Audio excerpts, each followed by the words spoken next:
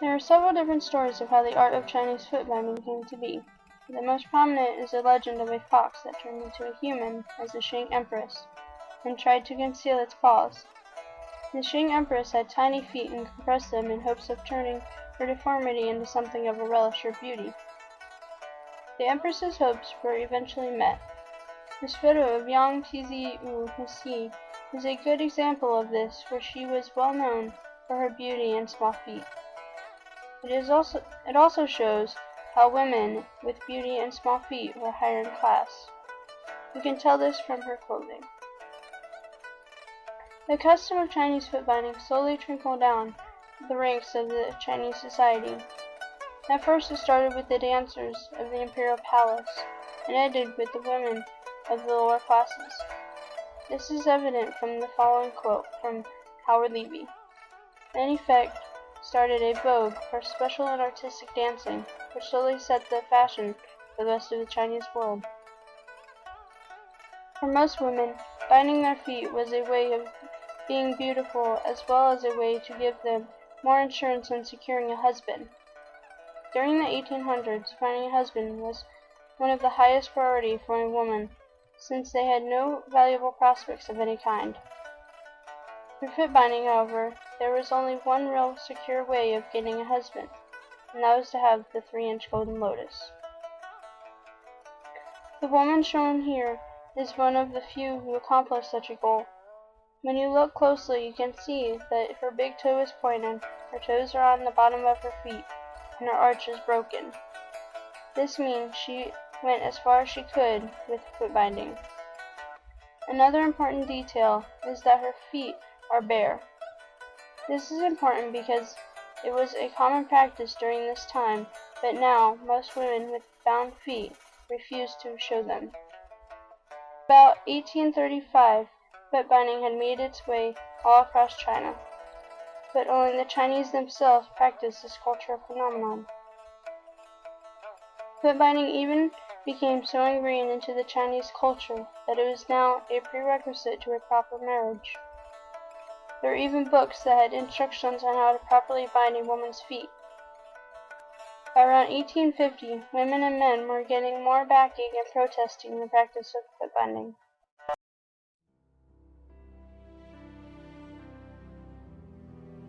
In this photo taken in 1894, at least 3 generations of a wealthy family are presented in this portrait.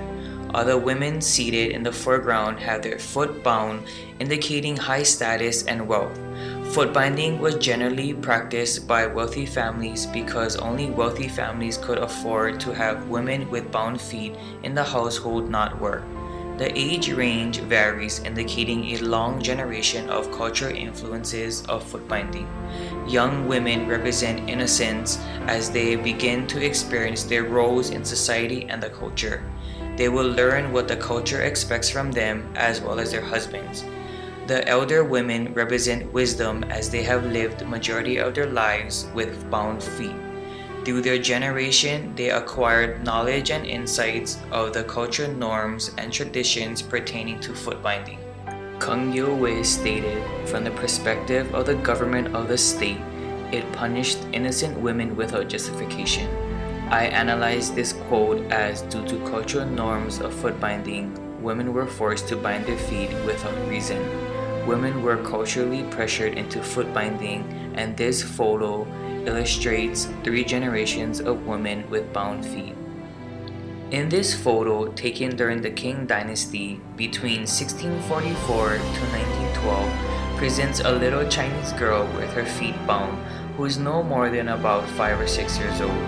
Her age represents innocence as she begins to enter the painful process of footbinding due to cultural influences.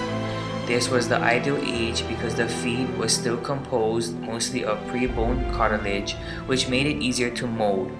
They were forced to endure excruciating pain and avoid the temptation of unbinding their feet. Her face expression presents a blank stare as she is forced into the acceptance of her cultural values. The little girl is positioned in an upright posture, indicating mannerism. The item in her right hand is a hand fan, which also represents a symbol of upper status and wealth. Kang Yo-wei stated, "From the perspective of the kindness and love of the family, it is injurious to parental kindness and love." I analyzed this quote relating to child abuse. Foot binding physically and emotionally damaged the body of the children. Due to cultural custom, children of the upper class were forced by their parents to have their feet bound, which disabled the child. In this photo taken during the Qing dynasty between 1644 to 1912 presents an elderly woman with bound feet and a cane, which verifies the idea of her disability. Her inability to walk properly, inability to stand correctly, forecasts the deformity of her body. Her age represents wisdom and knowledge as she has experienced foot binding consistently throughout her life. Aware of cultural expectations and traditions, her facial expression delivers the notion of a horrible and painful upbringing of foot binding. Her facial expression may also represent regret and sorrow due to age-related consequences of foot binding and outside negative perspective on the bizarre cultural practice. Regarding her age, her upright posture indicates mannerism, and the appropriate poise represents her upper status and wealth. Her eye focus is facing of the direction of the audience around her as she observes the people with unbound feet and faces reality of the consequences of cultural custom that scarred her for life. Kang Yo-wei stated, "From the perspective of human health, it gives rise to a needless sickness." I analyzed this quote as due to the binding of the feet, it unnecessarily and pointlessly disables the human body and health. It illustrates how foot binding needlessly cripples the body due to cultural norms, what was considered beauty and a rise to social status. In this photo taken during the Qing dynasties between 1644 to 1912 presents a group of low-status Chinese villagers climbing a mountain. The expression on their faces emphasize how it was difficult walking with bound feet. The woman in the front and the elderly woman in the back both are using sticks to assist with their journey. As women with bound feet age, the physical consequences extend beyond just their feet. The bone density in their hip and spine decrease due to the binding of their feet, which increase the risk of fractures. Their dark complexion may indicate hard labor out in the sunlight. They are forced to work in the hardship with bound feet to survive in poverty. Although women are presented in this photo, they display masculine characteristics. Climbing mountains weren't considered feminine, which is demonstrated in this photo. The younger woman is positioned forward as she leads the two elderly people to stable ground. Her vision exceeds the ability of those behind her due to her age advantage. Kang Yo-wei stated, "From the perspective of increasing military strength, it weakens the race hereditarily." I analyzed this quote as if China were to go into war, those with bound feet would not be able to assist their country because of their disability. Therefore, China may be defeated, which will eventually weaken their culture. This photo emphasizes the idea of how foot binding disables the body permanently. Foot binding prevents the body from functioning normally, like walking, squatting, working, and fighting for your country. In this photo taken in 1898 presents a comparison between a woman with normal unbound feet and a woman with bound feet. After the formation of the anti-foot binding societies, the practice of foot binding decreased.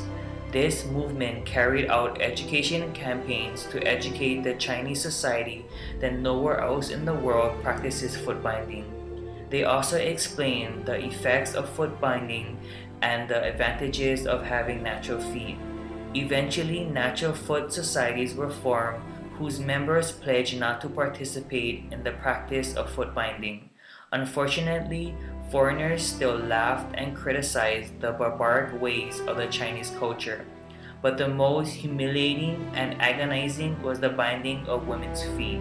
In this photo, only the feet are present, which put emphasis on the similarities and differences between these two similar identities. They stand side by side, indicating oneness, but also display separateness due to one's deficiency. Kung Yo Wei stated, "From the perspective of the beauty of our custom, it invites the slander of those other nations known as barbarians." I analyze this quote as, due to the customs and traditions of footbinding, other nations' perspectives have ridiculed the Chinese culture. This photo presents the idea of humiliation and shame, the comparison between what is considered normal and abnormal.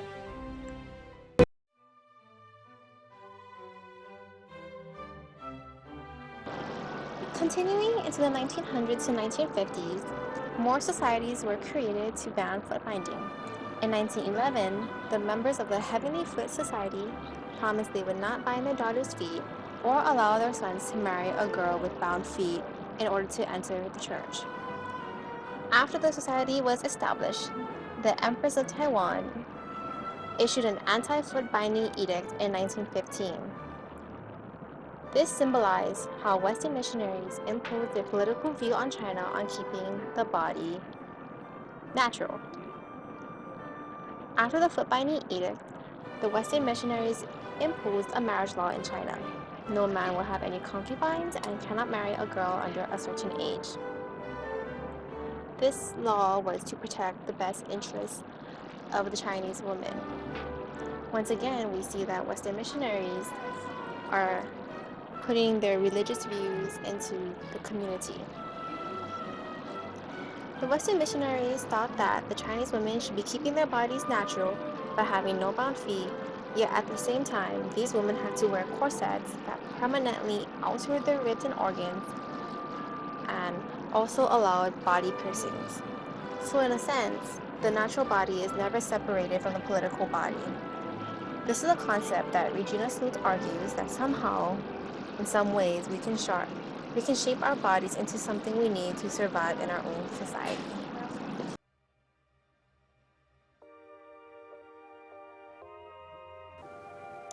By the 1950s, women were no longer binding their feet. However, high heels were becoming more a part of society and embodied what was now considered beautiful, as compared to before, which was the bound foot. High heels are the modern day's bound foot in that both sexualize women and their bodies by making them more appealing to the male eye. This image demonstrates what a modern high heel looks like and how it is similar to the platform shoes of the lotus. Both this heel and the lotus shoes have the same concept of elongating the legs and making the feet appear to be smaller than they really are. Both also symbolize sex in that they are appealing mainly to males. The lotus shoe was originally created because the king was turned on by tiny feet, like those of a deer hoof, and that was why women began binding their feet. The high-heeled lotus shoe was made to be easier to walk in and be more comfortable by providing support for the foot. It is ironic because the modern high heels are extremely uncomfortable to walk in, and when worn, the spine is not upright, and the woman must change her posture to accommodate the stance.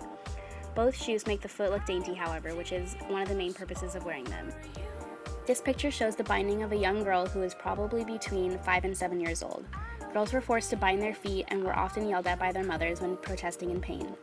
The author stated that girls with sisters often shared a silent bond through the pain of getting their feet bound. This does not compare to toddlers today playing with their mother's high heels to dress up, nor those who participate in beauty pageants at a young age who wear the heels for show. Realistically, their bound feet determine their future, whether they would marry a rich husband or not. This picture shows what a bound foot looks like. It is arched and twisted, and it's hard to believe that women would actually do this to fit into shoes as small as 3 inches. With the feet so crumpled, they give the illusion of being much smaller than they actually are, and when they are in the lotus shoes, they look even smaller. At the arch of the foot, where there is an obvious crease, is where it makes the foot appear to be a deer hoof or other animal-looking print. By creating these large divots in the feet, the men would be attracted to them. The steps of feet binding requires many of the same instruments the women would use during childbirth. These included sewing materials, binding cloths, oils, and alum powder, which is fragrant powder sprinkled on the feet to prevent the odor. Medicinal powder was used to soften bones and speed up healing when the binding process first began. The shoes progressively got smaller and smaller each time they changed them until they got to the desired size. The formulas used for the process date back to the Song Dynasty. Luckily, in present times, high heels do not require broken feet and bandages.